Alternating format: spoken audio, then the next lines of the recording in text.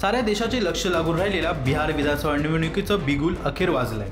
बिहारमध्ये 2 टप्प्यात निवडणुका होणार आहेत। 6 आणि 11 नोव्हेंबरला मतदान तर 14 नोव्हेंबरला मतमोजणी होणार आहे। निवडणूक आयुक्त ज्ञानेश कुमार यांनी या संदर्भात घोषणा केली आहे।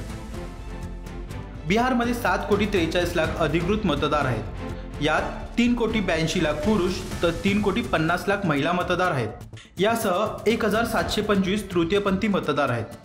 तर पहिल्यांदाच मतदान करणारे 14 लाखांहून अधिक मतदार आहेत। बिहारमध्ये 1,43,00,000 मतदार हे 20 ते 28 वयोगटातील आहेत।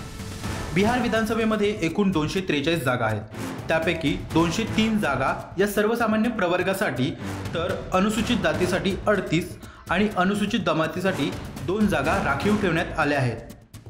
243 जागा असलेल्या विधानसभेत सत्ता स्थापनेसाठी कोणत्याही पक्षाला किंवा आघाडीला 122 जागांची आवश्यकता आहे। बिहारमध्ये सध्या जेडीयू, भाजप आणि घटक पक्षाचं सरकार सत्तेत आहे।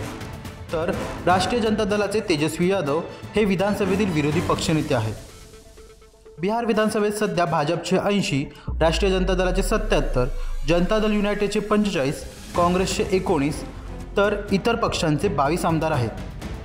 यंदा बिहारमध्ये एनडीए विरुद्ध महाआघाडी अशी लढत होईल असं बोललं जातंय। एनडीएमध्ये जनता दल युनायटेड, भाजप, रामविलास यांची लोक जनशक्ती पार्टी, जितनराम मांझी यांचा हम आणि उपेंद्र कुशवाहा यांच्या राष्ट्रीय लोक मोर्चासारख्या पक्षाचा समावेश आहे।